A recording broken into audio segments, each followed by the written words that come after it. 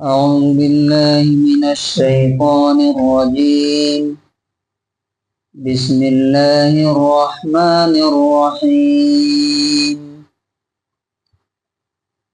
حتى إذا جاء أحدهم الموت قال رب ارجعون لعلي أعمل صالحا فيما تركت كلا إنها كلمة هو قائلها ومن ورائهم برزخ إلى يوم يبعثون. سورہ مومنون سورہ نمبر 23 آیت نمبر 99 سے آگے کی آیت.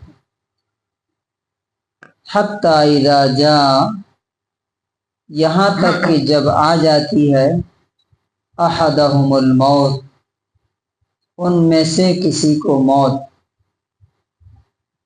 جب ان میں سے کسی کو موت آتی ہے، قال، تو وہ کہتا ہے، رب ارجعون، اے میرے رب مجھے لوٹا دیجیے، واپس کر دیجیے.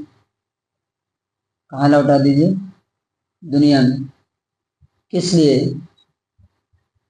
لعلی اعمل صالحا، تاکہ میں نیک اور اچھا کام کر لوں، فیما ترکت، ان چیزوں کے ذریعے جو میں چھوڑ کر کے آیا.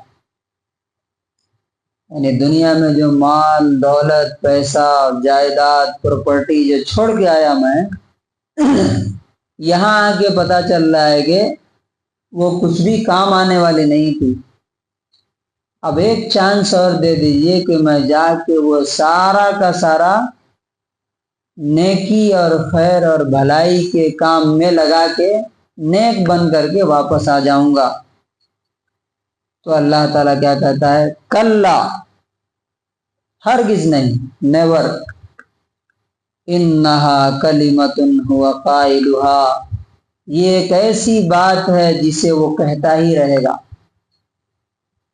لیکن وَمِن وَرَائِهِمْ بَرْزَخٌ إِلَى يَوْمِ يُبْعَثُونَ، اب ان کے پیچھے ایک بیریئر ہے، ایک برزخ ہے، ایک دیوار ہے، اس دن تک جس دن دوبارہ زندہ کر کے اٹھائے جائیں گے.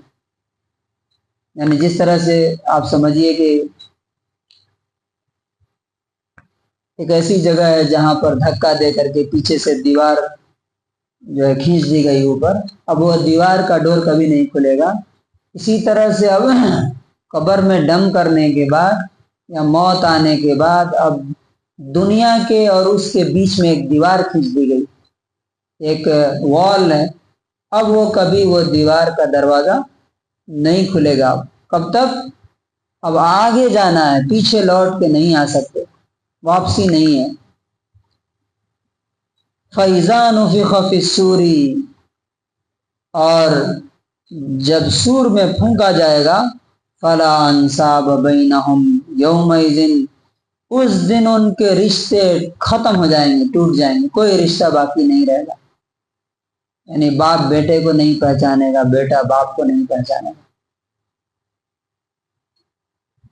رشتہ دار کو نہیں پہچانے، بیوی شوہر کو نہیں پہچانے گی کون ہے.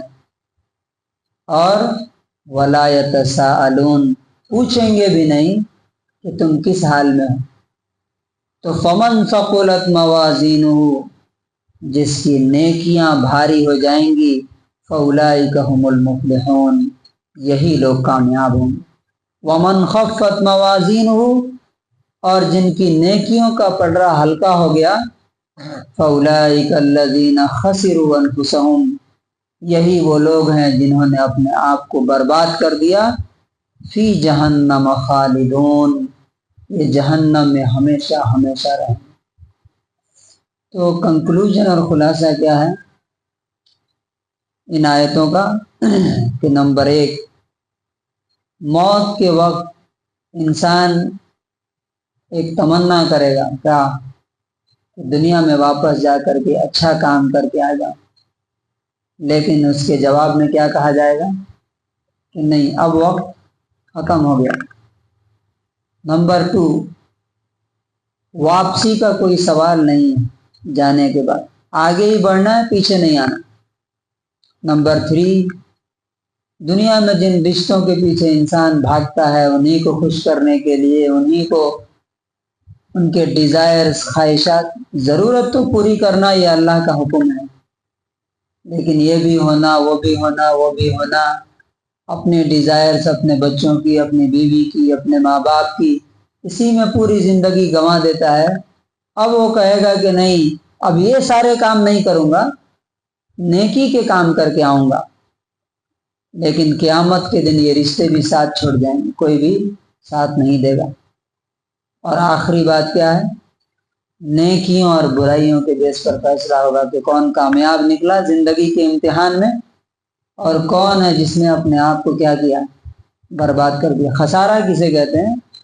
نقصان، کہ جو انویسٹمنٹ تھا وہی ڈوب جائے، نفع ہونا تو دور کی بات ہے۔